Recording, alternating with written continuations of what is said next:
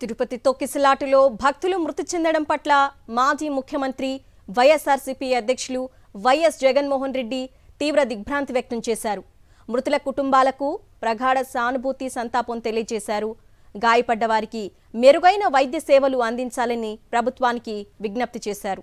వైకుంఠ ఏకాదశి ఉత్తర ద్వార దర్శనం కోసం వచ్చిన భక్తులు ఇలా ప్రాణాలు కోల్పోవటం అత్యంత విచారకరమన్నారు.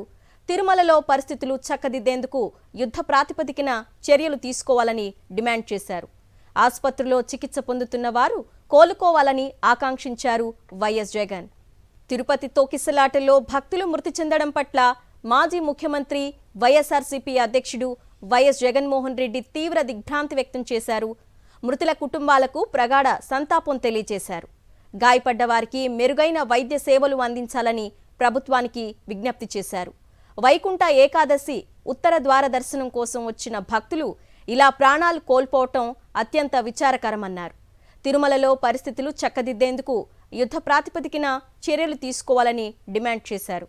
ఆసుపత్రిలో చికిత్స పొందుతున్న వారు కోలుకోవాలని ఆకాంక్షించారు వైఎస్ జగన్. తిరుపతిలో వైకుంఠ ద్వార దర్శనం కోసం టికెట్ల జారీలో అపశృతి చోటు చేసుకుంది. విష్ణు నివాసం వద్ద క్యూ లైన్లలో తోపులాట జరిగింది. ఈ తోపులాటలో 4 భక్తులు మృతి చెందారు.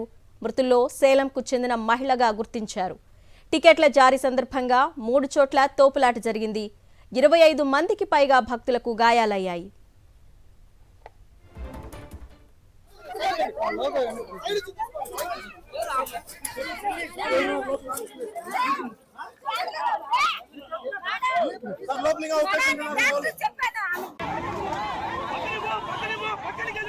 తిరుపతిలోని శ్రీనివాసం, విష్ణు నివాసం, సత్యనారాయణపురం, బైరాగిపట్టెడ, రామానాయుడు స్కూల్ వద్ద వైకుంఠ ద్వార దర్శన టోకెన్లు జారీ చేసేందుకు కౌంటర్లు ఏర్పాటు చేశారు. రేపు ఉదయం 5 గంటల నుంచి కౌంటర్లలో టోకెన్లు జారీ చేయాల్సి ఉంది. అయితే ఇవాళ సాయంత్రానికే పెద్ద సంఖ్యలో భక్తులు కౌంటర్ల వద్దకొచ్చారు. దీంతో వారిని పోలీసులు అదుపు చేయలేకపోయారు. క్యూ లైన్లలోకి భక్తులను అనుమతించకపోవడంతో పోలీసులతో వాగ్వాదానికి దిగారు. భక్తుల పట్ల పోలీసులు దురుసుగా ప్రవర్తించారు. పోలీసుల తీరుపై భక్తులు ఆగ్రహం వ్యక్తం చేశారు.